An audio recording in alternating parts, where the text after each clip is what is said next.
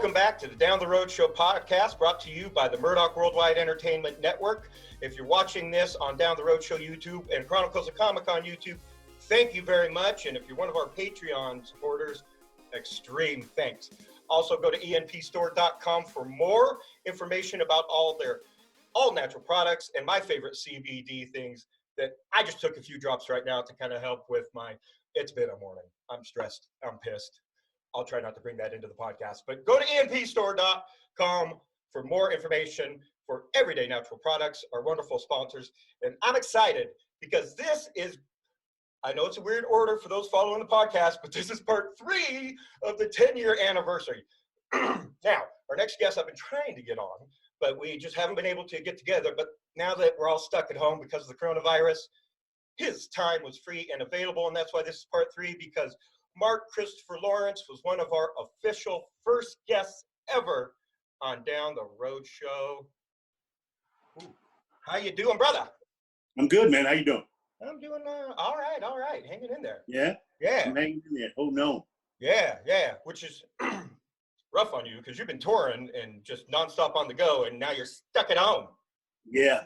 It's a blessing and a curse. Blessing because I'm rested.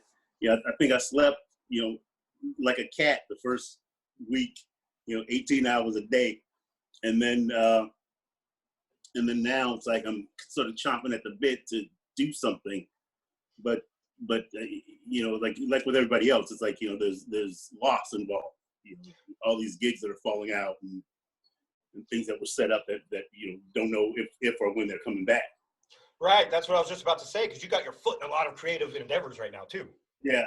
Well, with comedy, it's like, you figure those dates are lost because they're booked for the year usually.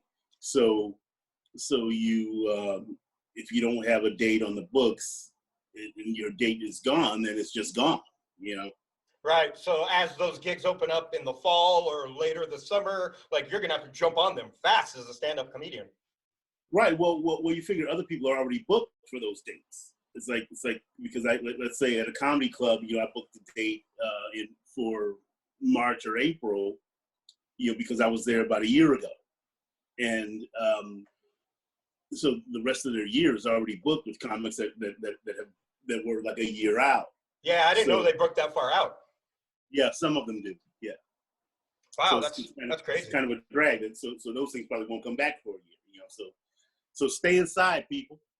Yes, stay inside so we can get back outside. Man, all right. So we got an entire podcast to catch up over 10 years here. Thanks for being one of our original first guests, man. Man, has it been 10 years already? About that. It's been, okay, I was looking at YouTube. It's been like 8 years. It'll be 9 years since I posted the original video, I think coming up soon. So on the Down the Road Show YouTube is our original podcast interviews with you, which is cut up into small bits because that was before YouTube allowed longer than 15-minute videos. That's how old this channel is. Wow. Yeah, that's how far we go back. So so that'd be about 9 years ago. Time flies. 9 or 10 years ago when I looked at when I actually started the original audio podcast. Yeah. So yeah, time flies. Like I'm feeling the years. Yeah. And a lot's happened to you over the years too. Some good, some bad. Yeah. It shows in the beard. Getting old fast. I don't feel gray though. That's the thing. It's like I don't feel like I'm old. I feel like I can still do, but then my body will tell me, no, you can't. You can still do that, just at a slower pace. Yeah. I'm gonna go out for a run. Oh, I mean a walk. I'm gonna make it a long one too. Ooh, that felt good. That block. Mm-hmm. Yeah, but so as we're getting older and as we're changing, what are you doing these days to kind of help with your mental health? Just I'm trying to write and stay creative, and I'm reading other people's stuff and helping people, and I'm working with VIP Nyte, doing a little bit of coaching, for them. Coaching for what? Well, my last two segments were Shakespeare. Cool. So it's just sort of acting intensives. Yeah. Which everybody needs. Yeah, Lord knows I probably did at some point, considering how many callbacks I got over the years of my auditions. Yeah. It's okay to get coaching people. There's plenty of people out there that can help teach you how to act. Well, I'll tell you right now, it's like I still take class. When we can congregate and I'm not busy, I'll go to class. I do a class with Michael Chain. He teaches an improv technique that you apply to your scripted material. It's all about character development. And, sorry, the cat is attacking me. That's why I got my animals locked out of the office for now for that same reason, because otherwise they knock stuff off my. Anyway, but yeah, and that's a good point, because you're never too old to keep learning. Not saying you're old. Not saying you're old. Well, I mean, it keeps you sharp. It's like you have to look at your body and your mind, and as an instrument, and if you don't use it, you lose it. The very first Darth Vader was fired because he couldn't emote enough through the mask. Wow. So, yeah, most nerds know that. But if you didn't know that, there you go. Between the first Star Wars and Empire Strikes Back, that's two different actors, because he just wasn't giving them enough body language wise. Mm. So that's learning those kind of techniques, and that's interesting. You say you're taking improv classes as a stand-up comedian, but because I have known you so long, you are so quick and quick-witted with your comebacks and everything, that knowing that you go to improv classes to help improve that I find interesting. Well, it's like there's a lot of comics that do a lot of crowd work, and I've never been one to do a lot of crowd work, because I like to do the material that I write. And if I'm doing crowd work, it's because somebody jumped in and tried to help, and I'm just trying to help them stop. And so one thing I've noticed about taking the improv class is that some of the characters that I work on in class tend to just pop out during my stand-up, which is really cool. It's like all of a sudden here's this character, and it finds its way appropriately where it's supposed to be, which is really interesting. Because I don't plan to do it, and then all of a sudden, boom, it's this character. Right, and a good character adds to a joke, in my opinion. I love that. Well, I think that the one thing that I've learned and to trust in improv is that when you have a good character, you don't have to write for it; the character will write itself. Right, yeah.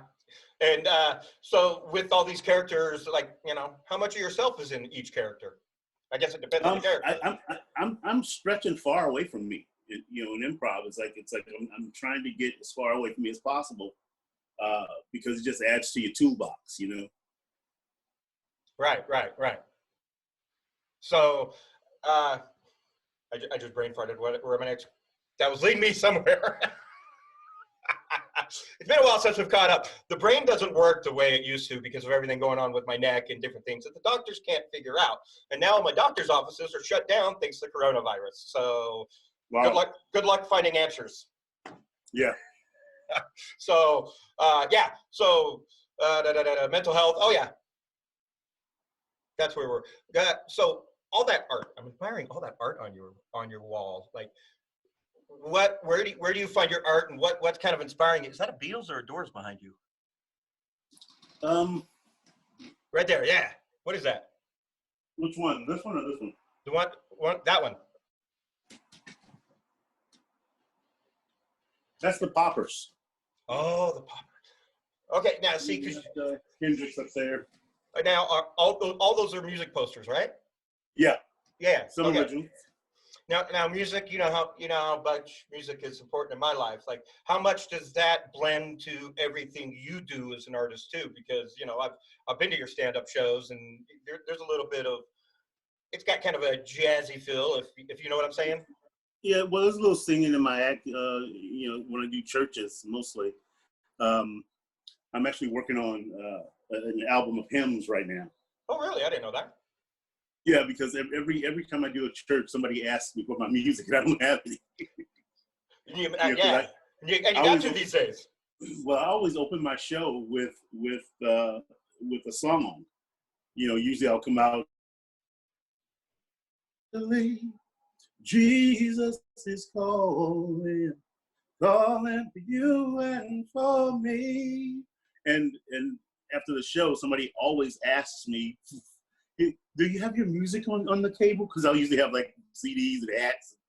And man, no, I don't. I don't have any music. So my friend Sean Rolfe, who did a play with me several years ago, he's probably one of the most talented musicians in San Diego, and just plays a ton of instruments and can sing, and just awesome dude.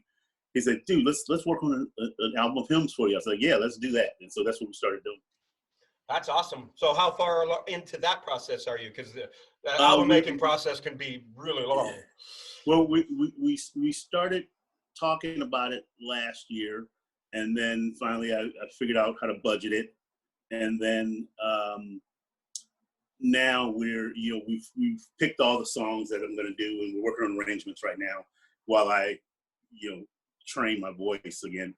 So I'm you gotta get the vocal cords where they need to be. Yeah, I get that. Back taking voice lessons and just trying to get tight, and then so I'm going to use this time off to really work on my voice and get myself together so that when we come out, we hit the ground running. Yeah, and I get that because I can. Part of what's going on with me is I can't sing anymore. I can't make it all the way to a chorus. Yeah. So yeah, you got to retrain those vocals, and that's what happened to me when I made my album. Like I totally misbudgeted, so it took me a year and a half to make that thing because of just working to make the money as I was going. So it's right. It can be an expensive endeavor, but that's cool because and I don't know why I chose jazzy. I meant gospel-y. Your shows are very gospel-y. I don't even know where jazzy came from. See, that's word recognition. My brain ain't working right. But yeah, and so your spirituality is very important to you, and that shows in everything you do because you're a clean comic.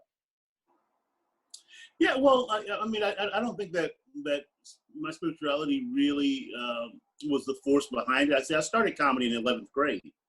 Oh. And so, I couldn't cuss on stage because somebody would go back and tell my mom that I cussed on stage. You don't want to mess with that. And that would have been the end of it. Some lady would be like, "Girl, you need to talk to that Mark Christopher. He's up on stage saying all kinds of filthiness." That wouldn't have flew at my house. Did your mom throw shoes? Did she use the spatula, the belt, the shoes, or did she make No, my mom threw hands. My mom threw hands. She wasn't throwing no shoes. I ain't gonna tap a good shoe on your head. All my mom had to do was cry, and it was like, crap, I'm sorry. I made my mama cry. Yeah, my mom cry while she's whooping you. This is gonna hurt me worse than it's gonna hurt you. That's hilarious. Yeah, well, we all got those parental growing up experiences. Yeah. But yeah, no, but and I'm not saying your shows are all preachy and gospel-y, but like you've always been a good human being, and the way I see you treat other people, not to mention fans when you're at Comic-Cons and things like that, that's what I'm talking about with your spirituality. It just shows in everything you do. Yeah. I mean, I try to.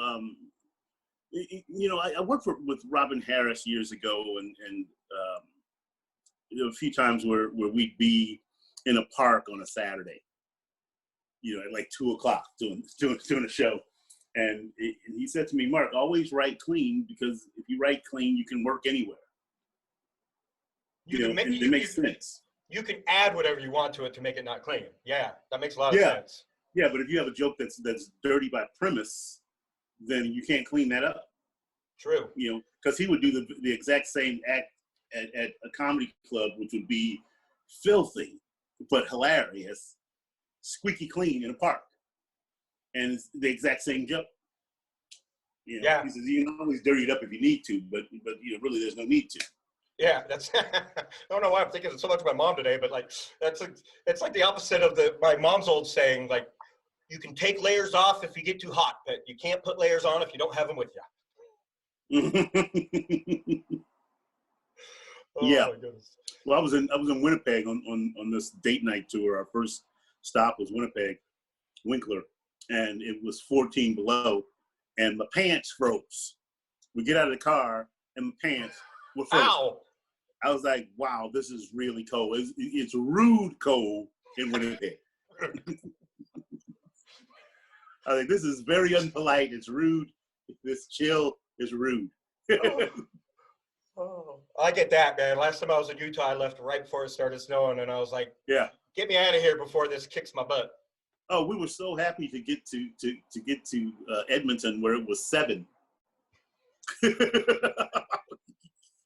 like, pretty bad. Oh, 7. Wow. This is great. I'm going to wear shorts and flip-flops.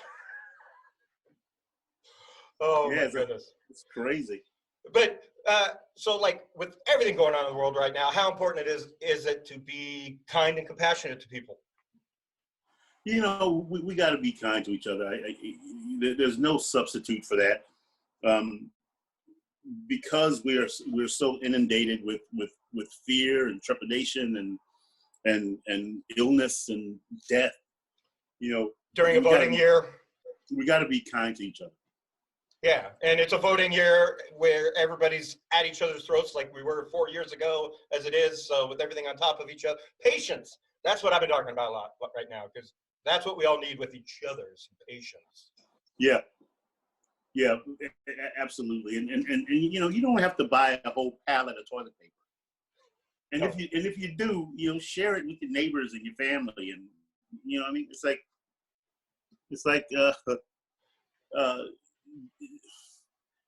Maybe take a look at your wiping habits. Yeah, if you leave it in the store, you know, you chances are you can go back and get some more in a week or two.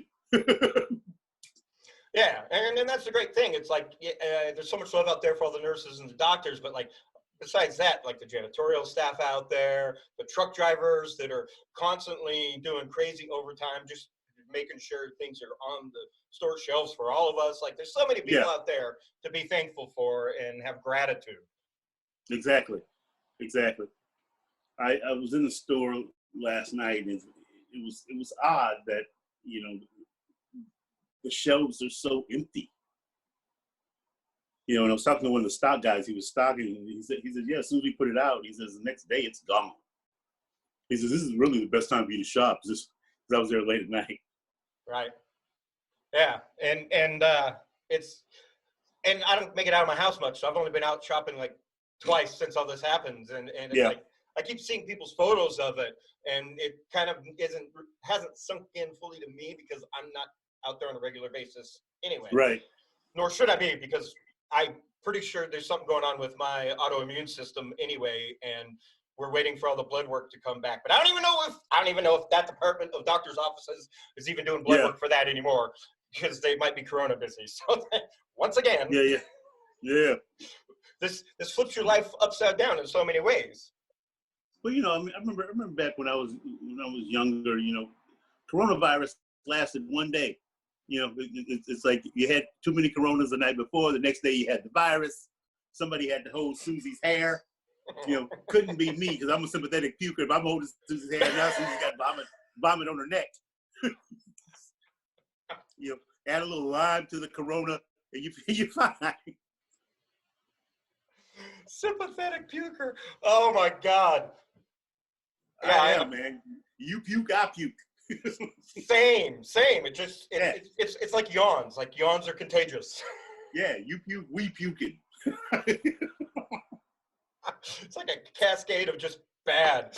Oh my goodness, that's the truth right there. So, all right.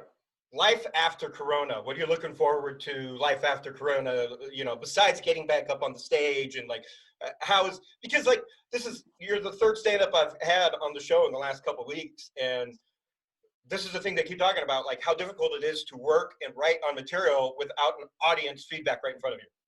Yeah, well, you know, and people keep saying, well, why don't you should just do it online? It's like, it's not fun doing it with no audience. It's like, it's painful to do comedy. I've done it on a talk show, and it's not fun to do comedy when people aren't there. You can get immediate feedback. I mean, that's why we do it, is because our egos are so big. We got to have some immediate feedback. even if it's negative. You know? No, but it's not just that. It's the energy. There's a palpable energy when I'm watching people doing this on their Facebook Live versus Instagram Live versus going to see a live show. I mean, just look at WrestleMania. It was a shit show without an audience.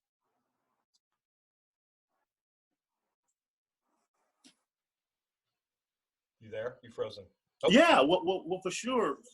For sure, when you have that live audience, you know, we definitely feed off of the audience. It's like it's easy to just turn it on and put it on automatic pilot and do your jokes the way you do them. But when the audience is there, you tell them in a different way because you're getting something from them. You know, that's why when audiences just sit there and they're just smiling at you instead of laughing, you know, after the show they go, "Yo, you're great. Why didn't you tell your face? You know, help." You're part of the process. I'm glad you smiled, but you can't just text me an LOL.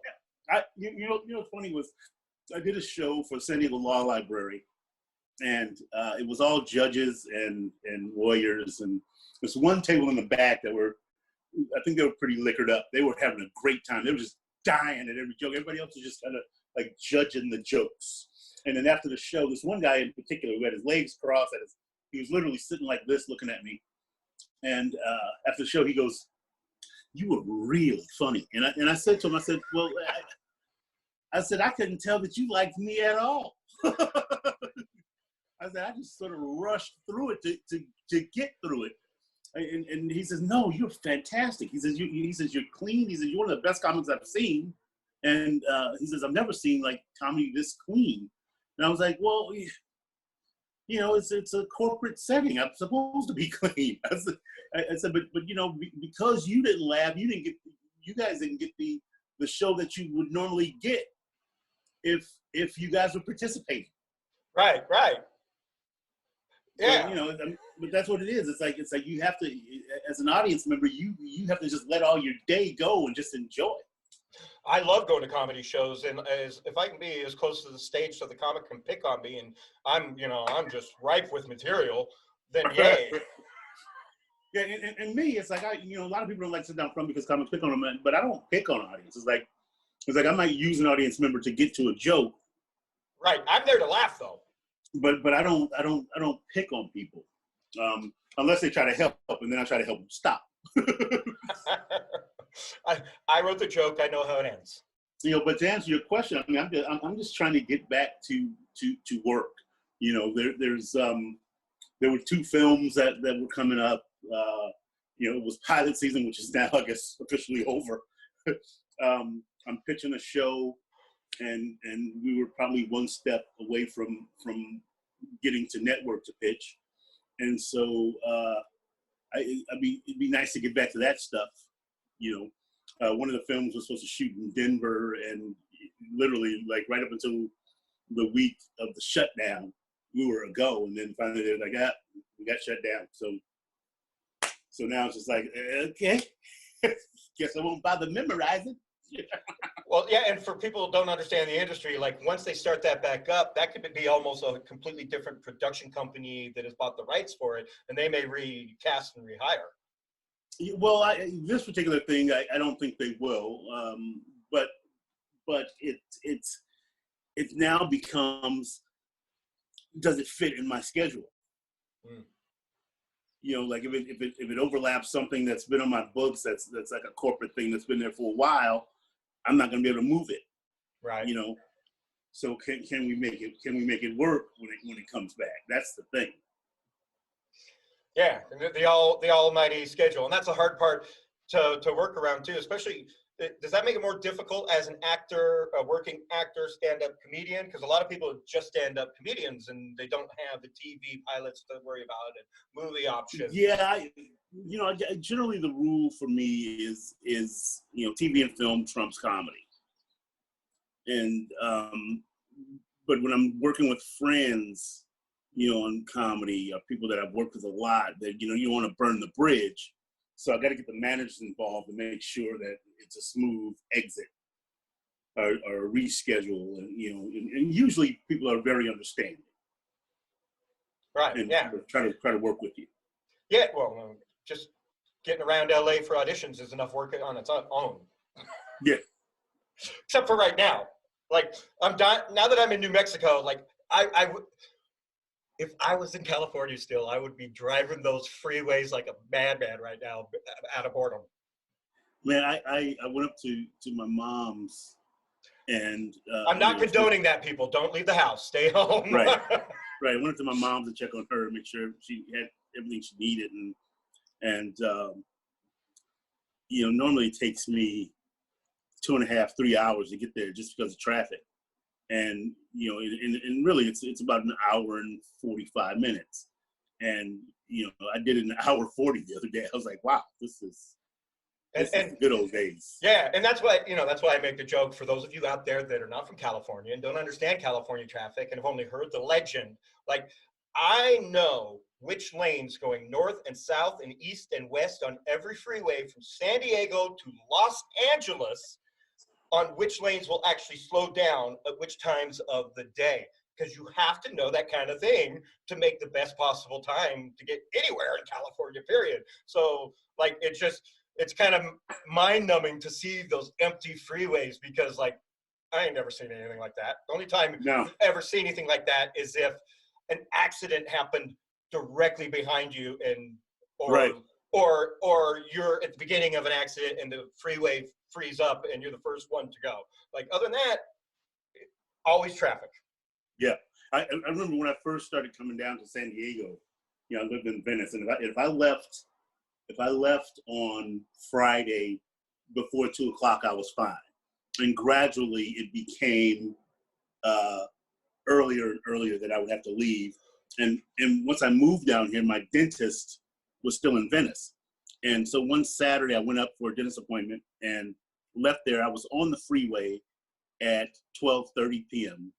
I got home at 5:30. Took me 5 hours. I believe it. I've done that. And then I was like, okay, I gotta change dentists.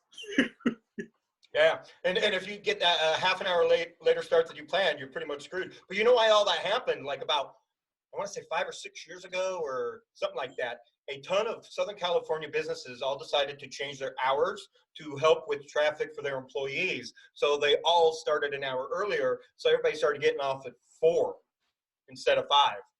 And it screwed things up for hours. It really didn't fix anything. It just made the traffic. Yeah, well, I mean, now any given day, it could be a 4-hour drive either direction any given day at any given time. Yeah. That's why I usually leave it like I remember 1 right after lunch when everybody's back at work, and it's just like you floor it. I remember leaving the set of Chuck one night at about 10:30 at night, and decided, I'm just gonna drive home. I'm wide awake, and it took me 4 hours. Tell me about it. You know what? That happened to me once, leaving an event in LA, and I didn't have to be in San Diego because I was living in, Irvine area in Orange County at the time. So normally that's like about a 45-minute drive without traffic at night. Like, especially me leaving at like, 1, 2 a.m., which was very, very typical for my night owl persona. Anyway, but it seems like without fail, like every other event, I'd hit some sort of construction that would loop me around all of a sudden to Long Beach to take me down the coast to hit Huntington to back over to avoid construction. But it was always on the worst foggy nights. So all of a sudden now you're doing 10 miles an hour. So it's actually just completely worse. And what should have been a 45-minute drive all of a sudden, like on a busy night with traffic, is anywhere from an hour and a half to 2 hours. Took me 3.5 hours because of that fog. Yeah, it's insane. Yeah, so California traffic ain't no joke, people. Kind of like New York, If you ain't been in big cities like that and don't understand, like, y'all are lucky. And it affects the way you have to schedule your auditions. Well, I usually take the train. So I'll usually, it's like for years I left a car in LA, and one down here, and we'll take the train back and forth. And then had a period where one of my cars just I couldn't leave it there because it was just crappy. And so now I'm about to get back on the train, but yeah, it's like if I have to be there early, I'll go the night before. Yeah. Because it's just not worth the frustration. Yeah, and the train thing's smart. I forgot you used to do that, because that's the other thing Yeah. people don't understand about California public transit. It sucks, especially the bus system. The buses don't connect the way they should to other cities. No. So you can't go far on it, and so that's why the train, especially from San Diego to, and plus time wise, like it's more accurate. Yeah, well, it's from Solana Beach. It's 2 hours and 10 minutes to downtown LA, and so that's what I would do. I would hop on that train and get in my car on the other end and do what I had to do. Plus, you're not tired from the drive. Yeah, I could sleep or I could work on my material or whatever I need to do. Yeah, it was great. Yeah, that makes a lot of sense. So California, like, I'm missing it a ton. How's the weather out there right now? It's been raining a lot. It's been raining a lot. It doesn't rain in California. Well, it's been raining past couple of days. It's drizzling today. It actually rained pretty good a little earlier. Like out this window, you can see the empty freeway. The 15 is right here. But it's 15, very, that's just weird. It's very cloudy today. So it's kind of nice. I like it when it rains, because we don't get enough, and we need it. Yeah, and because you don't get enough, that's why, once I get back to driving, I can't help it, but people can't drive in the rain there. And yeah, I don't know. You said you're in Phoenix? No, I'm in Albuquerque now, yeah. Now New Mexico. Gotcha. Yeah, really interesting weather here. It's nice, and I love the people. Love you, Albuquerque, New Mexico. The people are so easy to talk to and friendly and nice. But like the weather here, you know how we have the Santa Ana winds in California? Yeah. That's like year-round here, but it comes from north, east, south, and west. So the weather changes like by the hour. It's weird.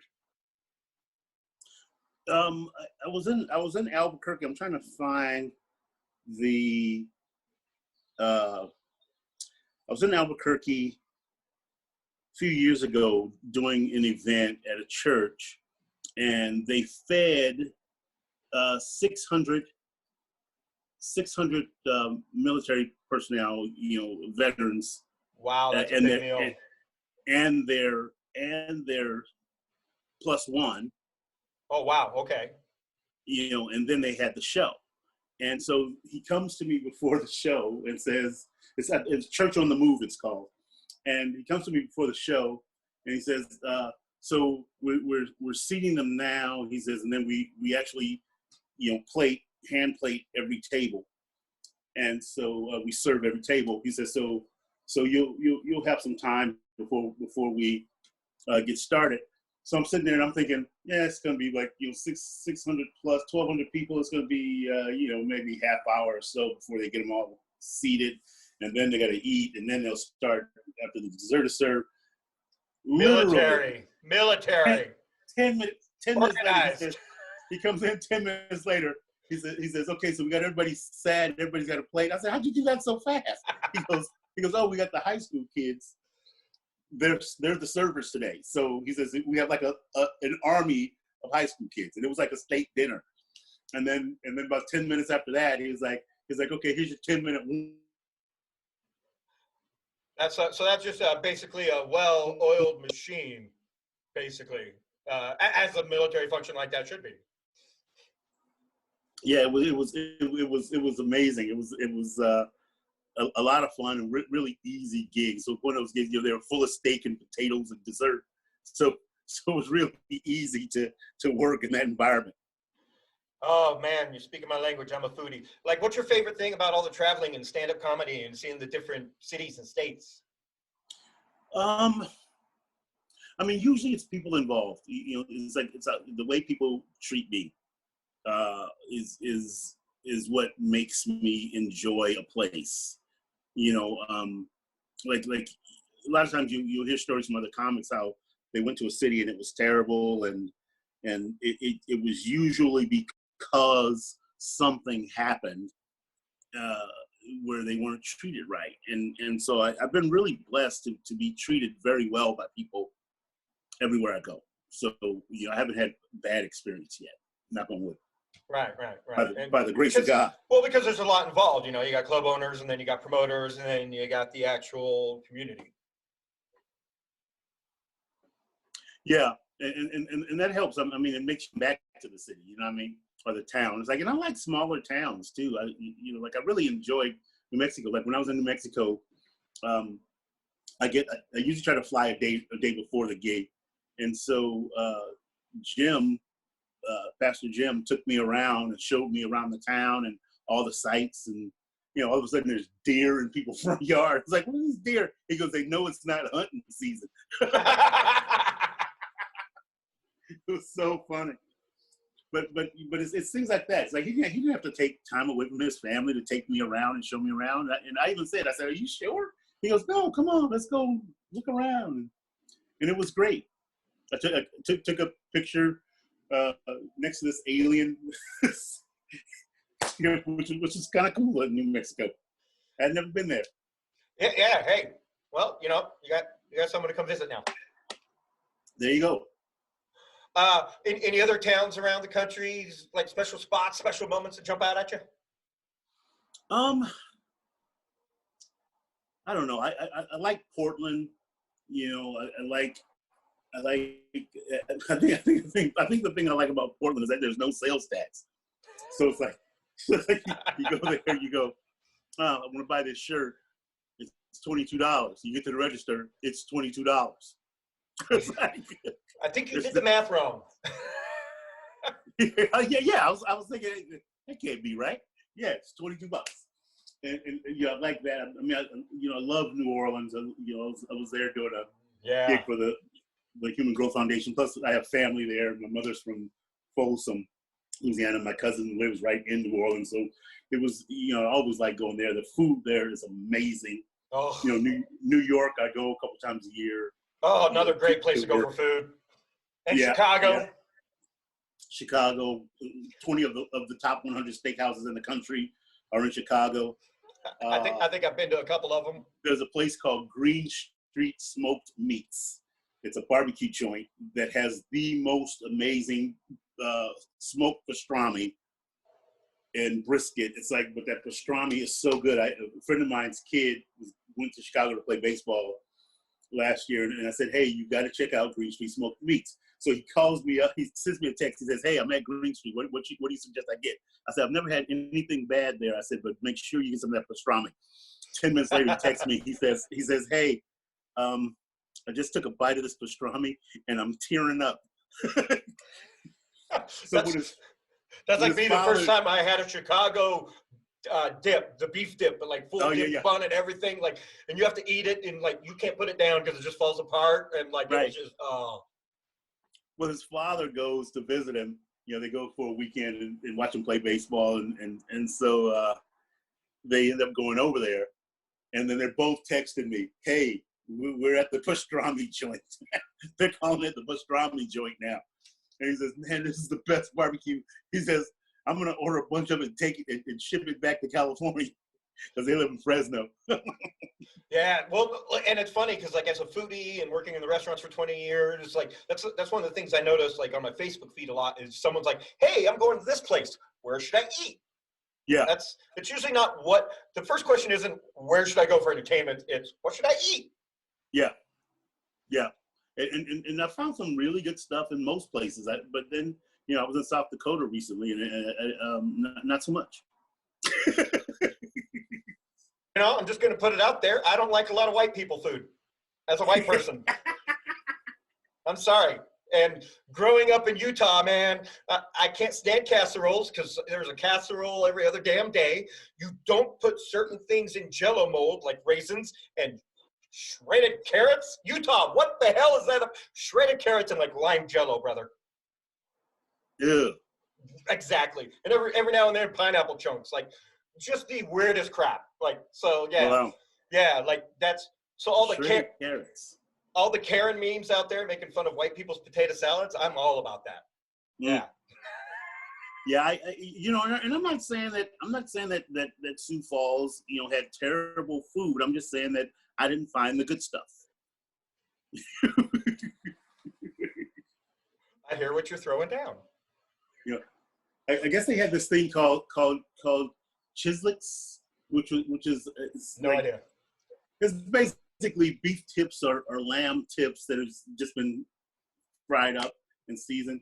And I had that once, and I was like, okay, it's nothing special about it. It's just it's lamb, it's beef, and it's not Yeah, look, no offense, Kansas, I get it, but when I was out there for Smallville Con a few years back, like, I didn't really have any good meals, and like, we made the mistake of actually going to get tacos somewhere. Like, everything in my gut told me, don't go get tacos in Kansas. Right. You're from California.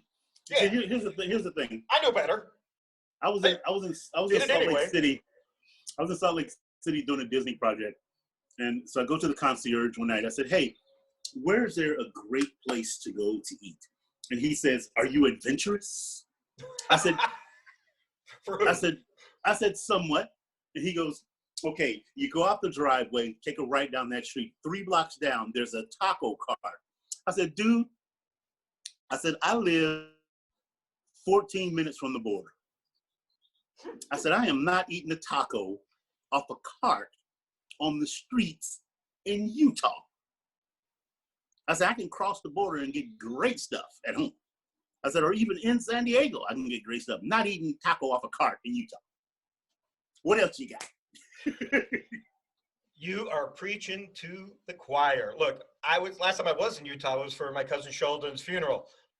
And so since there's large gatherings and large amounts of food, well, there happened to be Mexican one night in Utah, and I'm talking a lot of trash because I'm with my cousins and we're all drinking, and it's my side of the family I'm comfortable with. Yeah. And turns out it was one of the moms, and she was extremely offended because she's part Mexican, but it was still Utah Mexican. Yeah. Sorry. I make better Mexican as a white Scottish man. So hilarious. Yeah. So sorry I offended your cooking skills. Use more spice. Yes, that part. Yeah. So you like to cook at home? I do. But I've been on keto lately, so my cooking has been very limited. How's that working for you? Meat and veggies, basically. It's working great. I'm down about 20 pounds, so nice. I'm working on it. Nice. Yeah, I know some people. Yeah. A lot of people really love that diet, but I know a lot of people it's had adverse effects on. So it's hard to do it on the road. It's hard to stick to it on the road because right. A lot of times it's like if I don't have a kitchen, I can't really cook for myself. So if I'm like when I was in Canada for the date night tour, it's like our schedule was so weird that I was just sort of left to, Tim Hortons and stuff like that. And it's like, there's nothing good in that. There's no meat and veggies. And then when we did have a chance to eat meat and veggies, it's like, if I'm at home, I can take a portion and cut it in half and then eat the other half the next day. But because we're in a different city every night, I can't do that. So I just eat the whole thing. Yeah, so because it's completely out of your control. Weight while I was on tour using. Right. And I get that too, because like I've always said, I've never cheated on a single girlfriend ever, but I've cheated on every single diet. Hilarious. I'm just not a diet man. I'd rather go exercise. And besides, it took me till I was in when did this happen to me? About like 2004, I think. I passed out at the gym and got rushed to the hospital, and that was when I found out I'm hypoglycemic.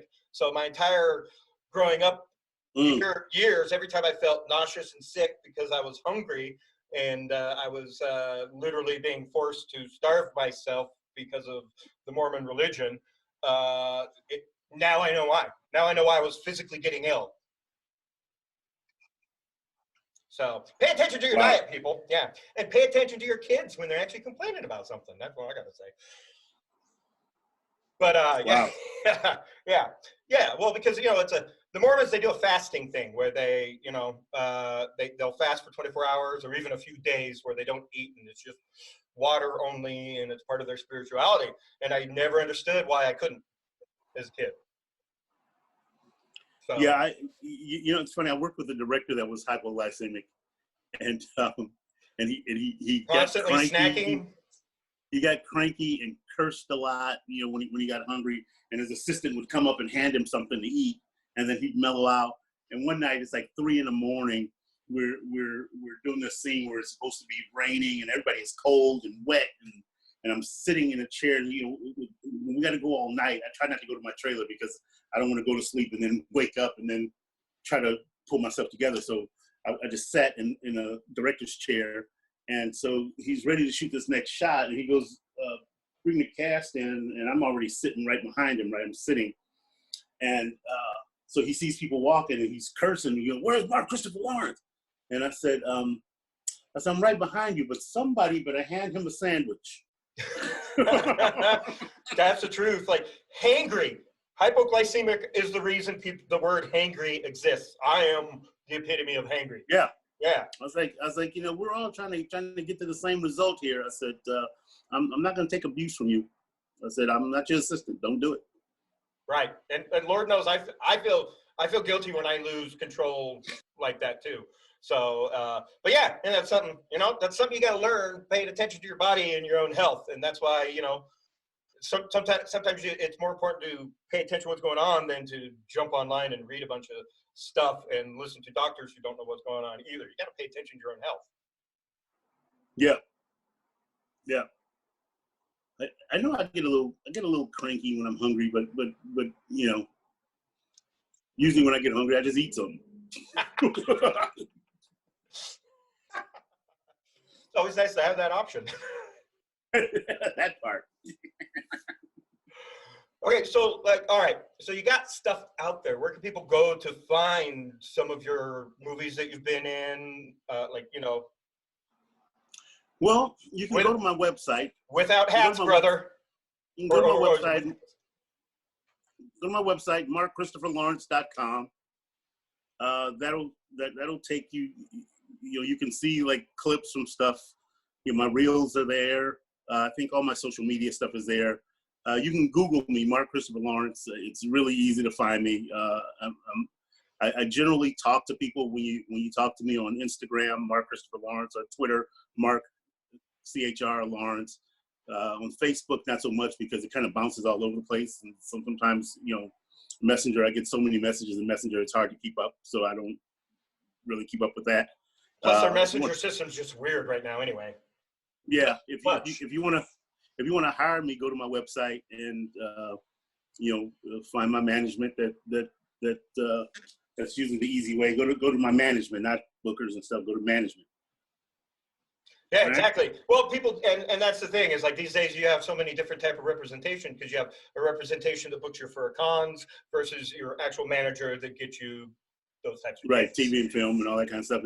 And I like to go through my manager with everything just because he makes sure we're not double booking stuff, because that happened one year where I booked a thing direct with a friend, and then my managers and agents were booking a movie at the same time, and it overlapped by one day. And people were going out of their minds that it was overlapped by one day. So ever since then, I was like, go through my manager. They're over at Lou Rockland, Greg Wapnick. You know what? It's on my website. Yeah, exactly. Yeah, go directly to the website to find the important people. And you're right about the double bookings. That happened to us one summer at C4, where we had like about 5 celebrities not show up because the problem was they had more than one convention booker. And so their convention bookers booked them at different conventions at the same time. And since we were the smallest convention, Wait, C4, was that in Ventura? Yeah, the one in Ventura you came to. Yeah. I'll say, yeah, that sounds familiar. I did that one. Yeah, I had you as a guest. Yes, that was good. Yeah, that was fun. I missed booking. It was a lot of stress. Don't get me wrong. It was a lot of stress. No, I bet it was. It was a lot of fun at the same time, working with all the artists and writers and celebrities and vendors and I miss it. If there's any cons out there that want to hire me, I'm available. There you go. Yeah, you can also reach me on any of my social media or okay, so let's get to my favorite part of the show. Well, it's all my favorite part of the show, but my favorite 3 questions to ask everybody. I'm not sure if I asked you these on the original podcast or not, but here we go. Who's your favorite superhero?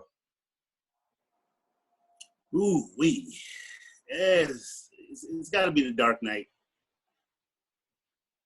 Why? Because he's dark. Because he's not trying to rehabilitate the criminal. And there's something good to be said about that. You're okay with his anger management issues? Yeah, don't do the crime if you can't do the time. Exactly. Speaking of crime, your superhero is only as good as your villain. Who's your favorite villain?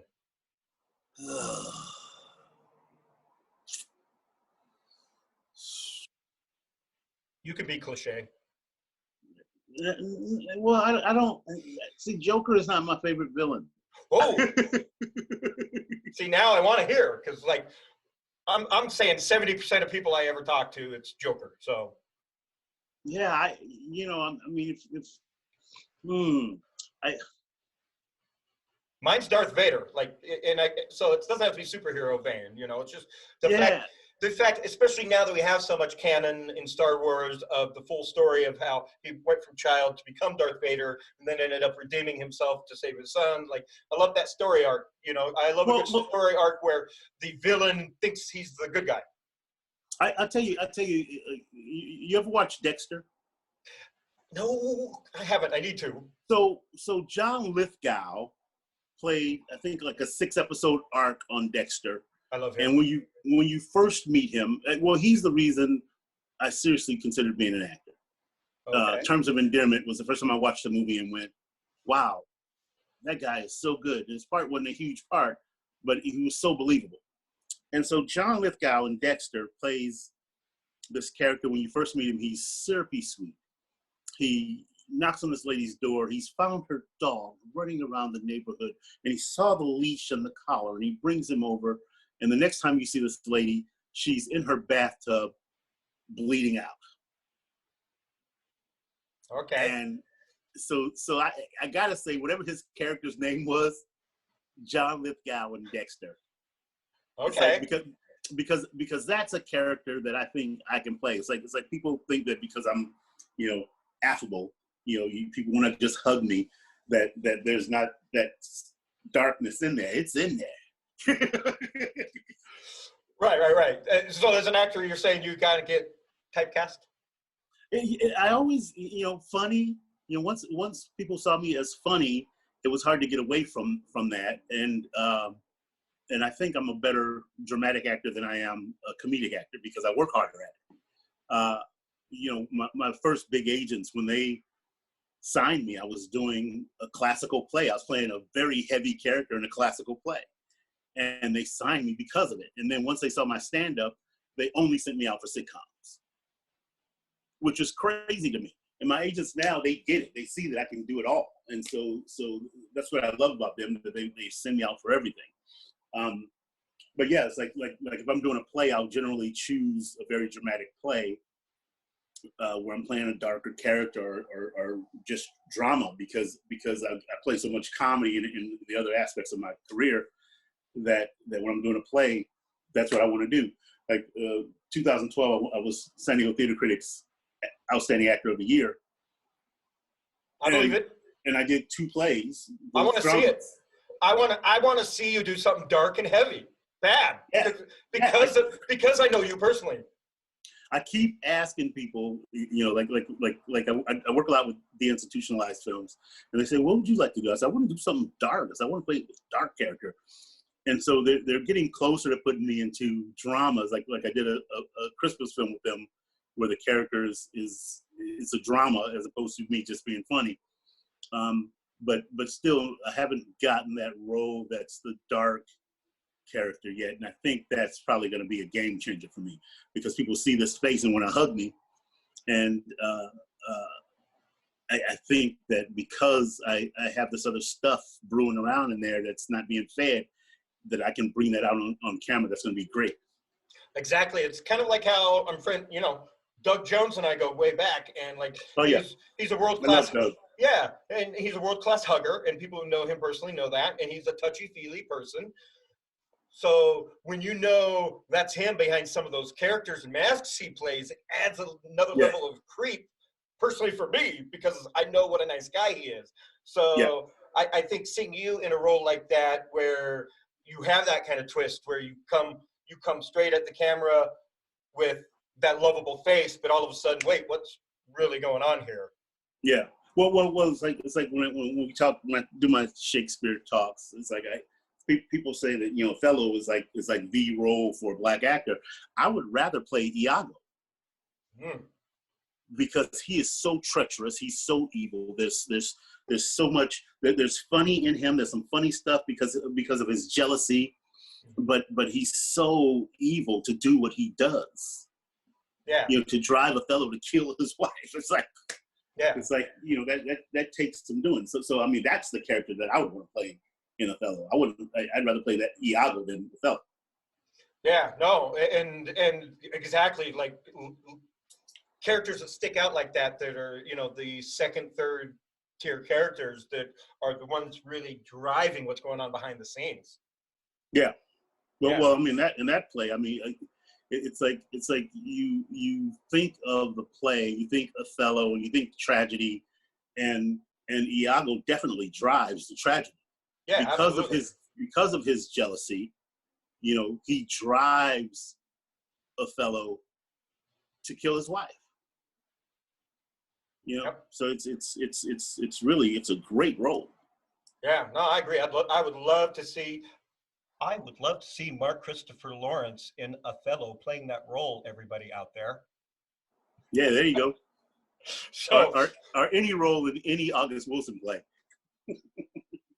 there we go. Just throwing that out there online. So, all right. So then in real life, who inspires you? Who's your real life hero? You know, my mom and my sister, you know, it's like they keep me grounded. You know, no matter what's going on in my life, they're there. They continue to encourage and continue to be supportive, and you know, their love is unconditional, and so they inspire me. Yeah, and it makes you work harder to want to for them in ways. Yeah. My mom's getting up there. She'll be 81 this year. Ooh, okay. In a couple of weeks. A few years behind my mom, but I'm the baby. Yeah, I'm the baby too. Yeah, that's why we get along so well. My sisters say I'm spoiled. I say I'm just well taken care of. You know, and the thing is, it's like I wasn't really spoiled. It's like when my mother decided it was time my brother learned how to do laundry, I learned how to do laundry. I was 6. When my brother started cooking, I started cooking. I was 6. You know, that's not spoiled. Yeah, I did all the household chores. All of my sisters were out of the house, and I was the only one left. So Right. I never felt spoiled one bit. Right.